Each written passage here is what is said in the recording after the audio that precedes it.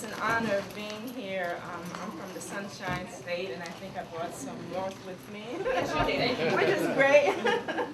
I haven't been in New York. I moved from New York in '96 to South Florida, and prior to that, I lived here. I went to junior high school in Marine Park. I also went to John Dewey High School. That was my high school where I graduated from in 1980. And I'm a part of Sisters in Harmony. I'm a part of Sisters in Harmony. As Ed said, each of us has a story. Each of us is a survivor of something. Welcome, welcome, everybody. Hello. Hey, Vaughn, how are you? And part of my story in terms of surviving, 12 years ago, my 12-year-old daughter had been raped and by a man in the neighborhood.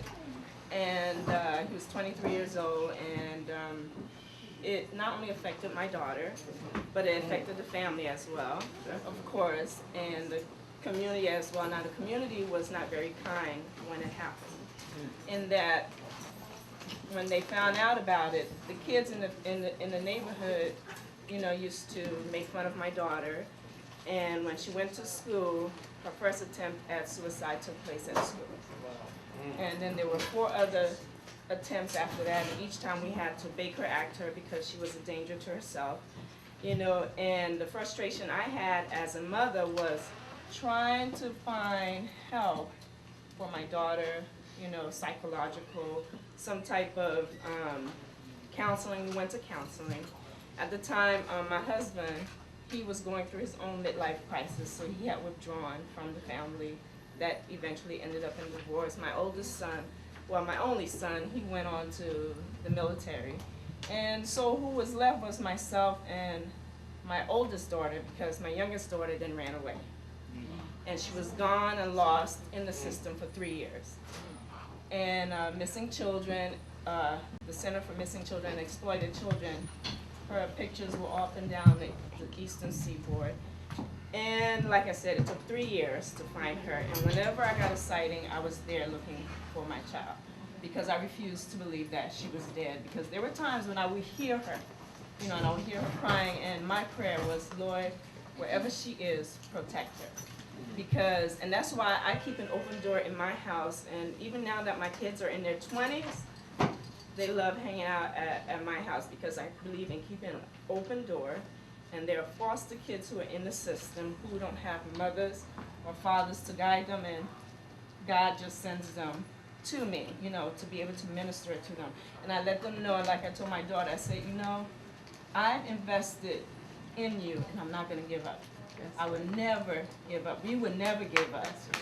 So my story has been to no longer bear the shame, holding my head down, because there were times when I did not want to get up. I still have to go to work.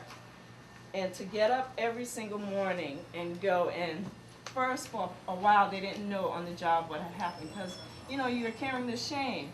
This happened to my daughter. Wasn't able to protect her, and I know they're law enforcement. I used to carry a gun, and I went out in the neighborhood looking, and the police told me, no, we'll take care of it. When they finally prosecuted him, 3 years, that was it. 3 years. So 3 years later, the detective assigned to her found her.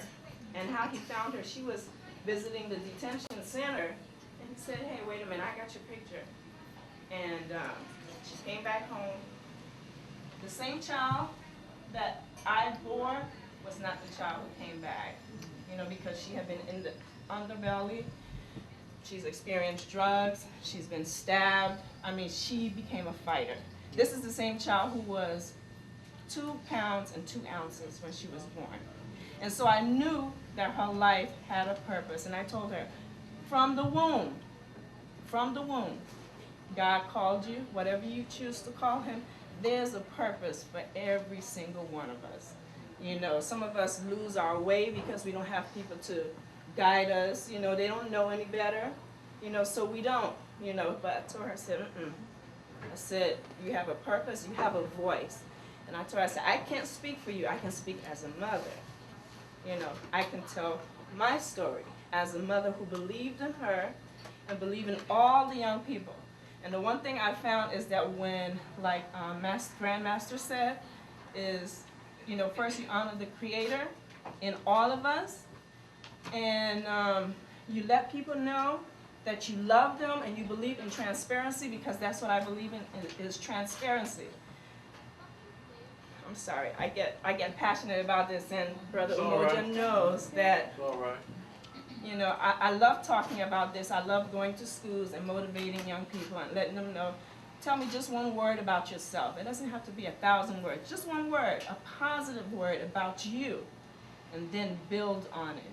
You know, now this book, I'm sorry, let me calm down. This book was a compilation I did with a former police officer in New Jersey, in East Orange, and I heard him talk about the Diallo situation, and this, even though it's fiction, it deals with corruption of a few cops, but there's still honest cops who are focused on serving and protecting. And in the story also it deals with a victim who was 15. That victim died, and like I said, my daughter, on that day when it happened, she died. The innocence of her died, but out of the ashes, you know. If you see her today, she's 22, she'll be 23 in April. You would never know her story until you heard her speak. I believe in giving honor to the brothers. And so when he asked me to do a poem, I said, okay, I know what I want to do. He also asked me to do a poem for Sisters in Harmony. It's all over the place, it's in my notebook. So it's not really in the shape that I want it to be, so I'm not going to share it now. But I will share the poem that I wrote as an honor not only to my father, but also to my son, and also to all of the black men who have been a positive influence in my life. Okay, and this one is called The ABCs of a Particular Man. And I want to see how well you listen from A to Z. Okay. Ambitious, a black man, a bulwark and pillar of strength, challenging others to not give in to despair, but to dream dreams and to achieve them. A man of distinction. Effervescent, full of joie de vivre, yet he can be as gentle as a lamb. And I heard the sister talk about gentlemen, you know. Hardworking and industrious, he is a man of strong character and good moral judgment, the essence of dignity. Kind-hearted, loyal, a militant in his own right.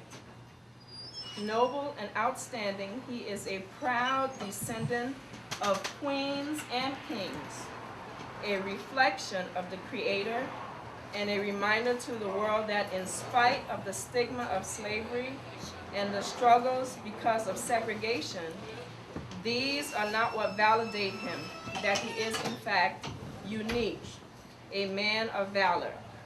With these traits, this particular black man is truly extraordinary. You have reached your zenith. Keep looking up.